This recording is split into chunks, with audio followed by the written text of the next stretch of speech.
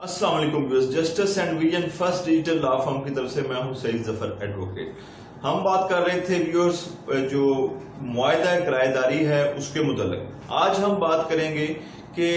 मालिक मकान किस तरह किराएदार को निकाल सकता है लीगली तौर पर, जो अदालत के पास जाके या उसको वैसे नोटिस देकर। इसकी 3-4 वजूहत हैं। सबसे पहली वजह या अवामल ये है कि अगर जो मुआहदा है वो खत्म हो जाए किराएदारी का, तो वो उसको नोटिस दे सकता है कि भी आपका मुआहदा 11 माह का था, 2 साल का था या 3 साल का था, अब आपका मुआहदा खत्म हो गया, लिहाजा आप अपने घर को जाइए और मेरा मकान खाली कर दीजिए। इसके अलावा अगर किराएदार उस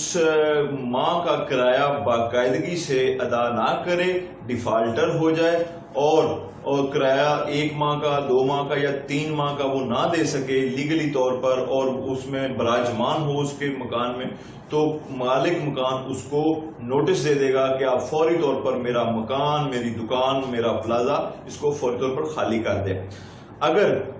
किराएदार जो मुआहदा है किराएदारी है उसकी खिलाफ वर्जी करे, कोई ऐसा एक्ट करे जिससे हमसाए तंग हो, कोई ऐसा काम करे जिसकी वजह से, जिसकी रूह से मकान जिस गर्ज की वजह से लिया गया उसकी बजाय कोई और काम शुरू कर दे, हमसायों को तंग करे, मकान को डबल स्टोरी कर दे और मकान में कोई मेजर तब्दीलियां लाने शुरू कर दे,